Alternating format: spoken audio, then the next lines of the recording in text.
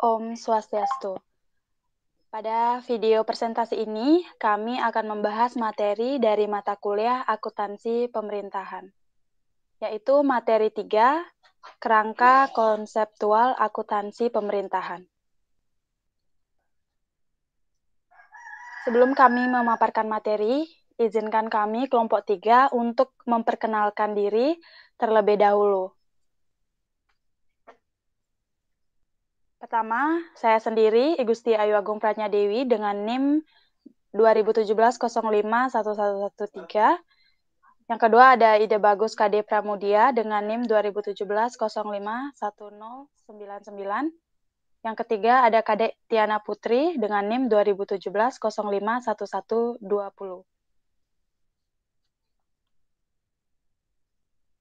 Sekian perkenalan dari kelompok 3, selanjutnya akan dilanjutkan dengan penyampaian materi. Sebelum membahas mengenai kerangka konseptual akuntansi pemerintahan, ada baiknya kita harus mengetahui prinsip akuntansi yang berlaku umum di pemerintahan terlebih dahulu. Nah, pada umumnya perlu kita ketahui bahwa prinsip akuntansi yang berlaku umum di pemerintahan maupun sektor lainnya itu sama. Kenapa sama? Pada hakikatnya, akuntansi harus dilakukan mengacu pada prinsip akuntansi yang berlaku umum atau PABU. Berlaku umum mempunyai makna bahwa laporan keuangan suatu perusahaan bisa dimengerti oleh siapapun dengan latar belakang apapun.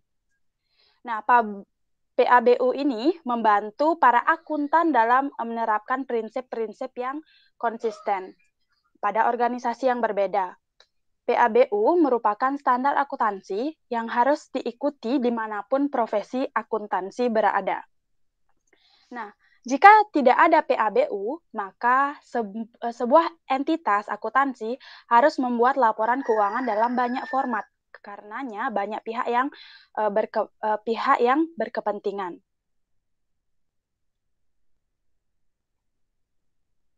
Selanjutnya,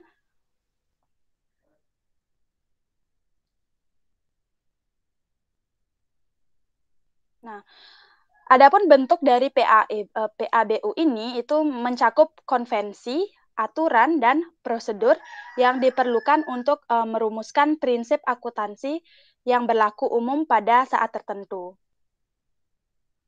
Selanjutnya,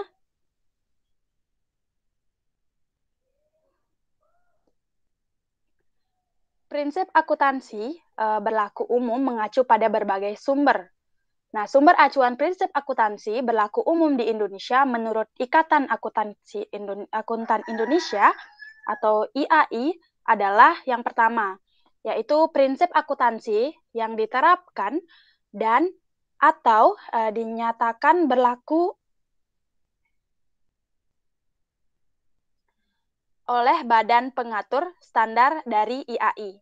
Yang kedua, ada pernyataan dari badan yang terdiri atas pakar pelaporan keuangan yang mempertimbangkan isu akuntansi dalam forum publik dengan tujuan menetapkan prinsip akuntansi atau menjelaskan praktik akuntansi yang ada dan berlaku umum.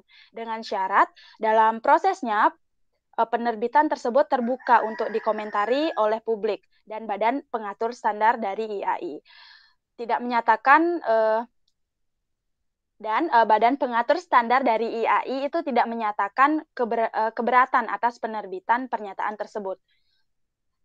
Nah, prinsip yang berlaku yang ketiga itu pernyataan dari badan yang terdiri atas pakar pelaporan keuangan yang mempertimbangkan isu akuntansi dalam forum publik dengan tujuan menginterpretasi yang ada berlaku umum, atau pernyataan yang tersebut pada butir yang kedua yang menerbitkan tidak pernah dinyatakan keberatan dari Badan Pengatur Standar dari IAI, tetapi belum pernah secara terbuka dikomentari oleh publik. Selanjutnya yang keempat,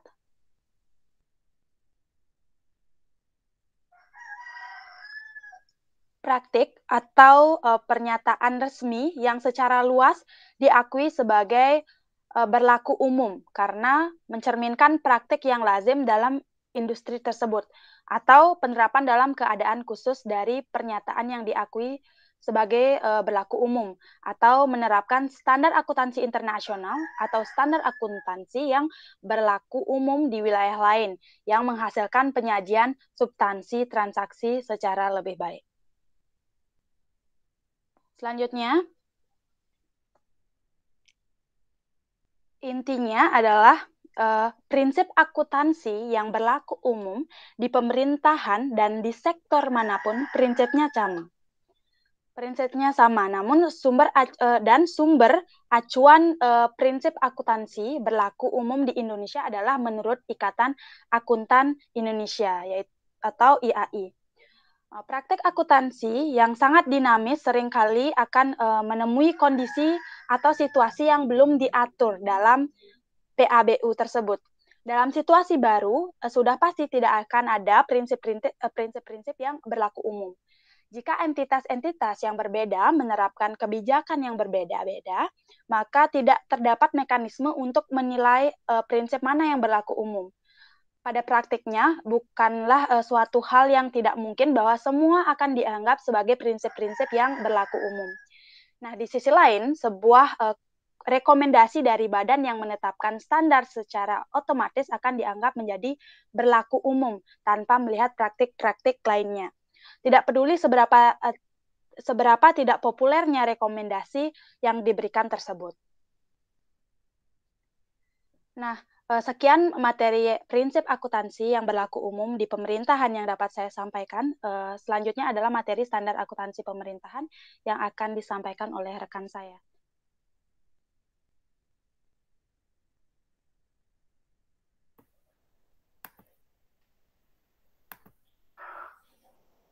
Baik, terima kasih atas waktunya. Sebelumnya suara saya sudah terdengar ya? Sudah. Perkenalkan, nama saya Bagus Kade Pramudia. Kali ini saya membahas mengenai standar akuntansi pemerintahan.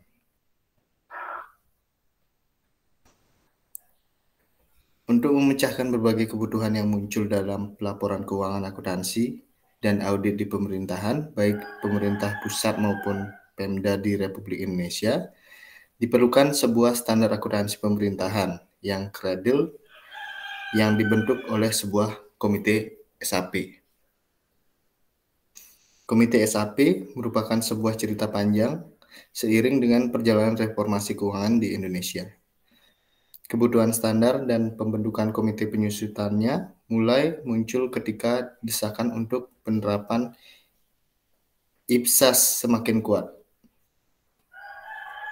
Diawali dengan pembentukan Kompartemen Akuntan Sektor Publik di IAI pada tanggal 8 Mei 2000, yang salah satu programnya adalah menyusun standar akuntansi keuangan untuk berbagai unit kerja pemerintahan.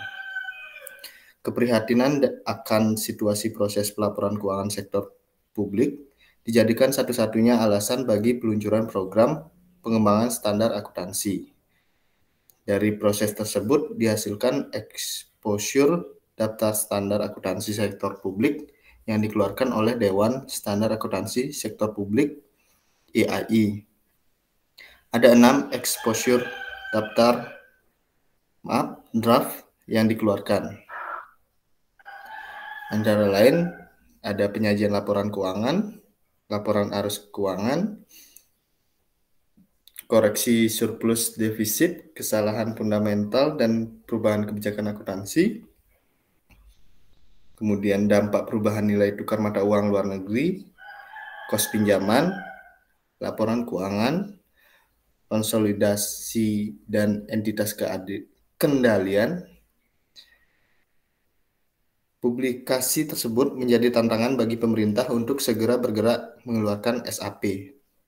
Sampai kemudian, sebelum UU tentang Keuangan Negara ditetapkan, Menteri Keuangan RI telah menetapkan Keputusan Menteri Keuangan nomor 308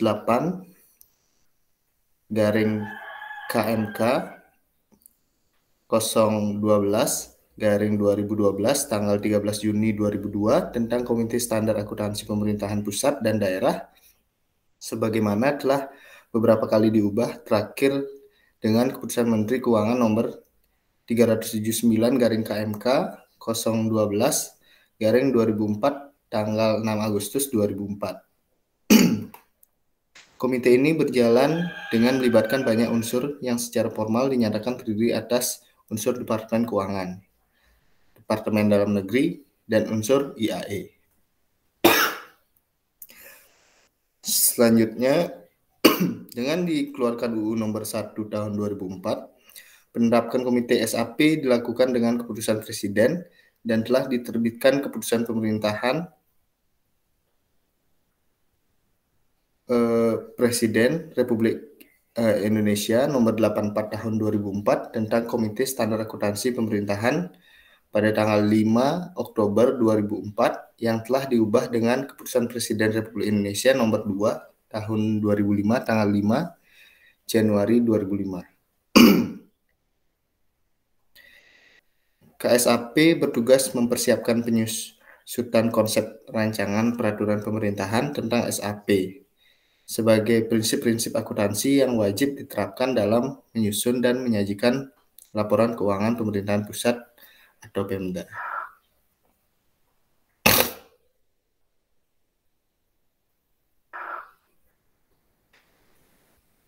Kemudian KSAP terdiri atas komite konsultatif dan komite kerja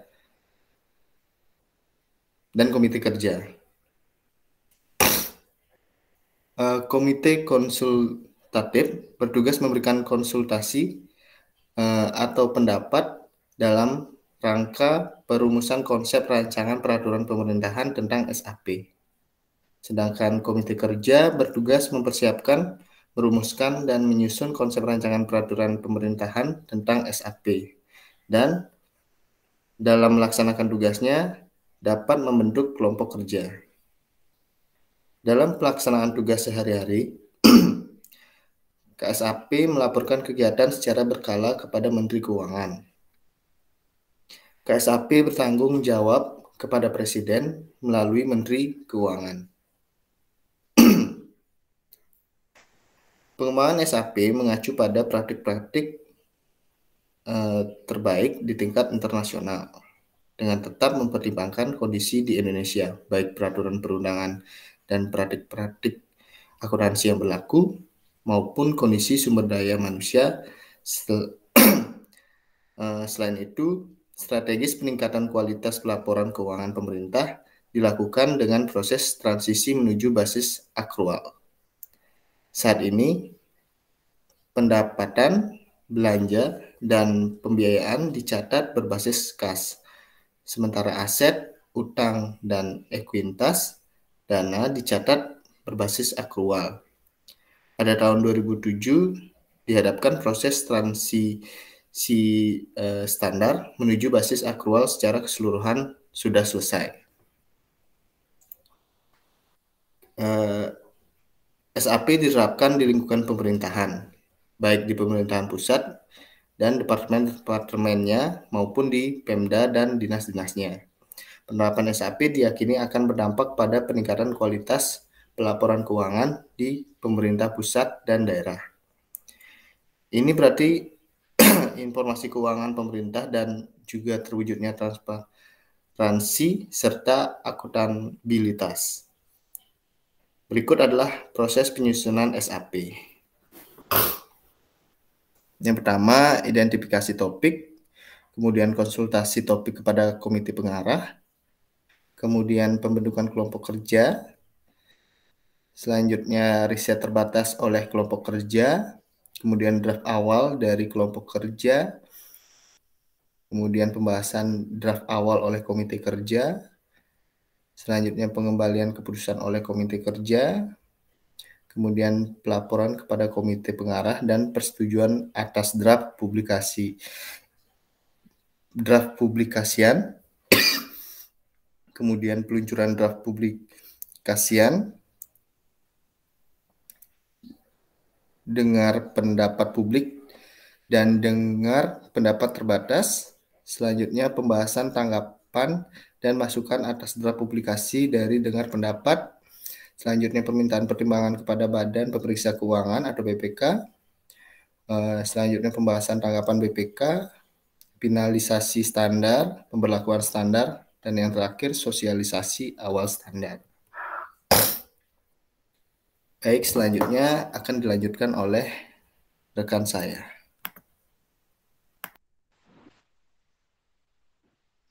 Baik, terima kasih atas kesempatannya. Di sini saya akan melanjutkan presentasi mengenai kerangka konseptual akuntansi pemerintahan. Kerangka konseptual dibuat untuk membahas hal-hal yang mungkin tidak dibahas dalam standar. Namun jika ditanya mana yang lebih diutamakan atau diunggulkan antara kerangka konsepsional dengan SAP, tentunya lebih diunggulkan adalah SAP. Dan kerangka konsepsional memiliki beberapa tujuan yang kesemuanya menjadi acuan untuk yang pertama penyusun SAP dalam melaksanakan tujuannya atau melaksanakan tugasnya. Yang kedua menjadi acuan untuk para pengguna laporan keuangan dalam menafsirkan informasi yang disajikan pada laporan keuangan yang disusun sesuai dengan SAP. Yang ketiga, yaitu menjadi acuan untuk periksa dalam memberikan pendapat mengenai apakah laporan keuangan disusun sesuai dengan SAP. Dan yang terakhir, menjadi acuan untuk penyusun laporan keuangan dalam menanggulangi masalah akuntansi yang belum diatur dalam standar. Secara umum, tujuan dari kerangka konsepsional adalah untuk mendukung ataupun juga mensupport dan juga membahas hal-hal yang belum dibahas di dalam SAP. Next, selanjutnya.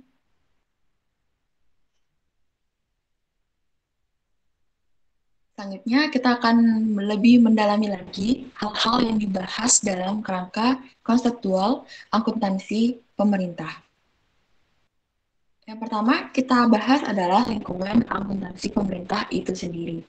Tentunya setiap akuntansi itu memiliki lingkungannya sendiri dengan tujuan yang sudah tadi saya sampaikan.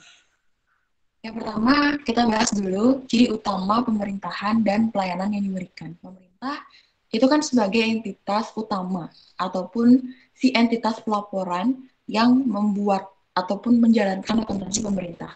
Sehingga kita harus tahu dulu ciri utamanya itu seperti apa. Yang pertama adalah bentuk umum pemerintah dan juga pemisahan kekuasaan.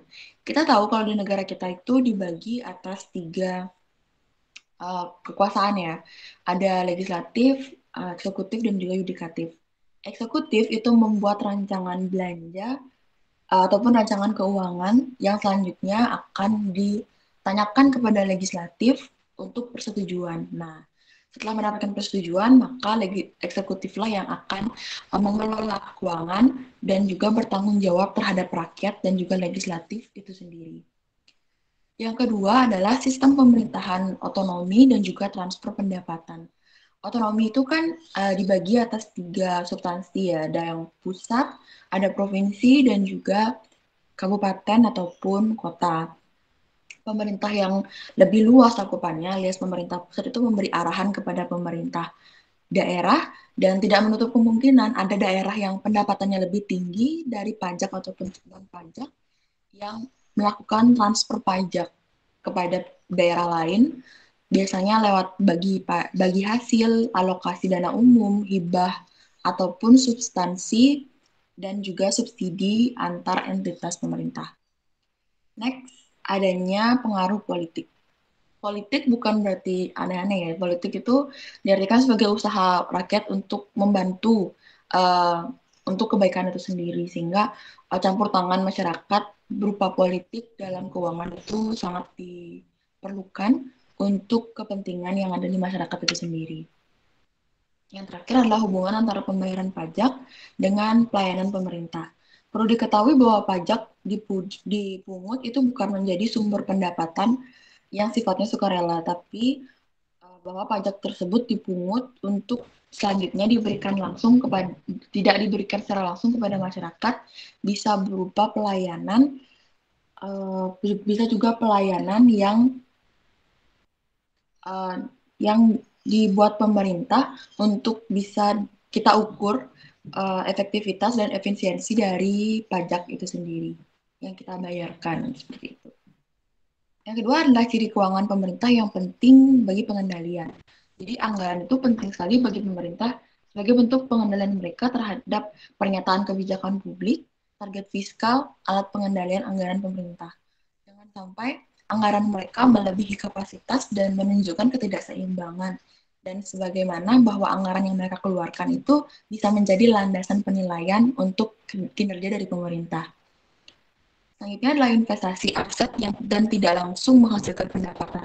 Banyak aset pemerintah yang tidak langsung menghasilkan pendapatan untuk pemerintah itu sendiri. Misalnya kayak gedung perkantoran, jembatan, sarana umum, itu tidak langsung menghasilkan pendapatan untuk pemerintah. Tetapi pemerintah berharap bahwa aset-aset ini bisa terus dijaga dan menghasilkan manfaat di masa depan. Dan mungkin saja aset-aset ini itu tetap dijaga walaupun manfaatnya tidak terasa sekarang, seperti itu.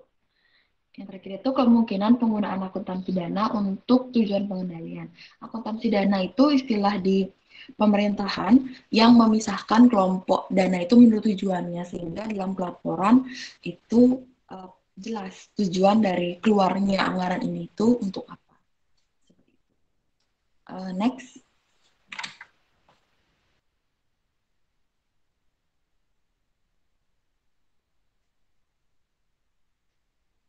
Selanjutnya adalah entitas pelaporan dan juga pihak yang menggunakan informasi dari keuangan pemerintah. Sudah bisa dilihat di slide, entitas pelaporan itu yang membuat laporan keuangan dengan basis akuntansi pemerintah.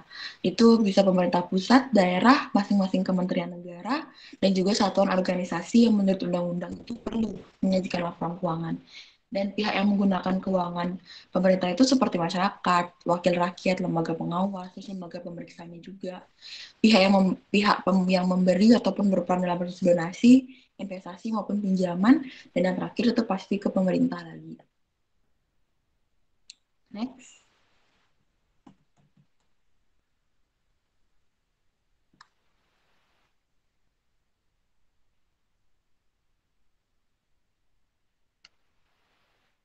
Selanjutnya adalah dasar hukum dari akuntansi pemerintah. Ada beberapa dasar hukum yang telah saya cantumkan di dalam slide, mungkin bisa dicermati. Ada beberapa seperti peraturan undang-undangan lain, baik daerah maupun pusat yang mengatur tentang keuangannya. Next.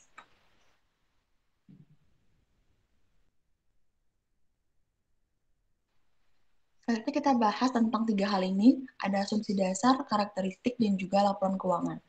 Pokok dari akuntansi pemerintah, laporan keuangan yang biasa dibuat pemerintah. Yang pertama kita bahas dulu asumsi dasar. Asumsi itu kan artinya anggapan ya, teman-teman. Jadi asumsi dasar itu istilahnya adalah anggapan-anggapan di lingkungan pemerintahan itu yang sudah dianggap benar tanpa perlu dibuktikan agar SAP atau standar akuntansinya itu dapat diterapkan. Jadi asumsi ini nggak perlu ditanyakan lagi gitu asal dari mana lah, dari mana itu untuk telah dinyatakan benar agar standar akuntansinya itu dapat diterapkan. Yang pertama adalah asumsi kemandirian dari entitas. Jadi entitas itu punya kemandirian untuk bisa menyajikan laporan keuangan dan juga melakukan tanggung jawab untuk menyusun anggaran dan juga bertanggung jawab atas pengelolaan anggaran tersebut di dalam entitasnya sendiri. Sehingga jika nanti entitas tersebut harus bertanggung jawab untuk pengelolaan aset, terus juga untuk kepentingan yuridiksi tugasnya, terus juga kehilangan mungkin atau kerusakan aset, utang piutang yang terjadi atas keputusan entitas, serta yang terakhir itu terlaksananya program atau tidak terlaksananya itu termasuk ke dalam asumsi kemandirian dari entitas. Jadi entitas itu berhak gitu untuk mengatur entitasnya sendiri. Selanjutnya adalah asumsi bahwa kesinambungan entitas. Laporan keuangan dibuat itu untuk jangka yang akan panjang dan menjamin berlanjut ataupun keberadaan dari entitas itu harus berlanjut, tidak dibuat untuk jangka pendek. Seperti itu maksudnya. Yang terakhir itu adalah asumsi keterukuran dalam satuan uang atau monetary measurement. Laporan keuangan entitas pelaporan itu harus menyajikan setiap kegiatan yang diasumsikan itu dapat dinilai dengan satuan uang. Hal itu diperlukan agar memungkinkan dilakukannya analisis dan pengukuran dalam akuntansi. Kalau karakteristik kualitatif laporan keuangan itu seperti misalnya relevan. Relevan itu maksudnya adalah ketika informasi yang disajikan dalam laporan keuangan itu berkesesuaian dengan apa yang dibutuhkan oleh si pengguna. Sehingga pengguna itu bisa memiliki keputusan untuk mengevaluasi kah, atau mungkin memprediksi masa depan kah, dan lain sebagainya. Informasi yang relevan itu seperti bisa umpan balik, terus bisa memiliki manfaat prediktif atau memprediksi masa depan, tepat waktu tentunya, dan juga lengkap sehingga si pengguna bisa memiliki keputusan yang lebih baik lagi. Yang kedua tuh andal. Andal itu ya harus berdasarkan pada penyajian yang jujur, dapat diverifikasi, alias dapat diuji berkali-kali dengan simpulan yang sama. Terus netralitas, jadi nggak tidak berpihak pada kebutuhan pihak tertentu, tapi pada kebutuhan umum. Setelah itu ada dapat dibandingkan, artinya antara periode sebelumnya itu dapat dibandingkan atau dengan entitas yang membuat pelaporan yang pelaporan umum gitu bisa dibandingkan. Dan yang terakhir tentunya dapat dipahami sesuai dengan istilah yang disesuaikan tentunya dengan kebutuhan dari para penggunanya. Jadi istilah-istilah dalam laporan keuangan itu disesuaikan dengan penggunanya itu sehingga laporan dapat dipahami.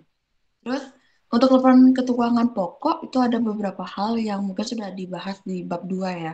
Jadi ada laporan realisasi anggaran, ada neraca, laporan arus kas atau LAK, catatan atas laporan, keuangan atau CALK, setelah itu yang terakhir laporan kinerja keuangan, dan yang terakhir laporan ekuitas. Next.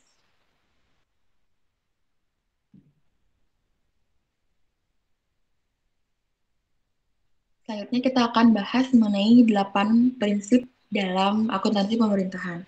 Yang pertama adalah basis akuntansi. Basis akuntansi yang digunakan dalam laporan keuangan pemerintah adalah basis kas untuk pengakuan pendapatan, belanja, dan pembiayaan dalam laporan realisasi anggaran. Dan basis akrual untuk pengakuan aset, kewajiban, dan ekuitas dalam neraca. Entitas pelaporan yang menyajikan laporan kinerja keuangan menyelenggarakan akuntansi dan penyajian laporan keuangan dengan menggunakan sepenuhnya basis akrual, baik dalam pengakuan aset, belanja, dan pembiayaan, maupun dalam pengakuan aset kewajiban dan ekuitas dana. Namun, penyajian laporan realisasi anggaran tetap berdasarkan basis kas. Selanjutnya itu adalah nilai historis atau historical cost. Kalian pasti udah tahu apa itu nilai historis. Nilai historis itu nilai yang kita keluarkan untuk membeli barang tersebut, bukan berdasarkan pada harga pasar. Jadi misalnya kita beli 45.000, walaupun harga pasarnya sedang 50.000. Jadi kita tulisnya tetap 25.000. Biasanya pemerintah itu nggak mau masukin nilai historis karena bisa saja itu jadi menurunkan citra perusahaan, tapi pemerintah sama sekali nggak perlu itu ya. Jadi harus berapapun yang keluar, itulah yang dicatat. Begitupun dengan kewajibannya. Berapapun diprediksi pembayarannya, itulah yang dicatat dalam laporan keuangan. Selanjutnya, realisasi atau realization. Jadi bagi pemerintah, pendapatan yang didapat itu langsung diotoritaskan atau untuk periode akuntansi yang berikutnya, biasanya untuk membayar utang ataupun belanja dalam periode berikutnya. Tidak diotoritaskan untuk kebutuhan-kebutuhan lain, langsung ke kewajiban dan juga belanja. Terus ada substance over form. Ini mungkin udah bahasa yang umum bagi seorang akuntan, di mana substansi itu harus lebih penting daripada formalitasnya. Semisal kita membeli tanah, sudah kita bayar, kita sudah mendapatkan invoice-nya, itu kita sudah diakui sebagai pemilik sah dari tanah tersebut secara substansi. Tidak perlu menunggu sampai akte, istilahnya formalitasnya itu berupa akte tanah itu harus kita pegang. Itu maksudnya substance over form. Kadang formalitas itu menghambat kegiatan ekonomi sebab adanya birokrasi istilahnya, yaitu adanya sistem yang harus kita penuhi, alur dari untuk mendapatkan kelegalan secara hukum. Selanjutnya adalah prinsip periodisitas atau periodicity. Itu kegiatan akuntansi pelaporan itu perlu dibagi menjadi periode-periode pelaporan sehingga kinerja dari entitas itu dapat diukur berdasarkan posisi sumber daya yang dimilikinya. Biasanya periode utama itu tahunan, tapi biasanya bulanan, triwulan, ataupun semesteran itu juga sangat dianjurkan. Atau konsistensi itu perlakuan akuntansi yang sama ya pada setiap periode suatu entitas pelaporan. Terus nggak boleh dong ada perubahan. Sebenarnya perubahan itu bisa terjadi pada satu metode akuntansi yang diterapkan suatu entitas, tapi dengan syarat bahwa metode sebelumnya atau metode yang sebelumnya itu bisa digantikan dengan metode baru yang lebih mumpuni gitu. Jadi metode barunya tuh harus lebih baik dalam melapor, menyajikan informasi dibanding metode sebelumnya. Selanjutnya adalah prinsip pengungkapan lengkap atau full disclosure. Ini disclosure. Jadi ini udah rahasia umum, jadi harus lengkap dan menyajikan seluruh informasi yang menggambarkan transaksi dan tentunya dibutuhkan oleh pengguna. Yang terakhir itu adalah prinsip penyajian wajar atau fair representation. Jadi dalam rangka penyajian wajar, faktor pertimbangan sehat itu diperlukan kalau misalnya seorang akuntan itu menghadapi masalah yang tidak pasti ataupun dalam keadaan yang tertentu. Sehingga pertimbangannya itu harus sehat dan diperlukan kehati-hatian pada saat melakukan perakiraan dalam kondisi ketidakpastian sehingga aset ataupun pendapatan itu tidak dinyatakan terlalu tinggi dan juga kewajiban itu tidak dinyatakan terlalu rendah.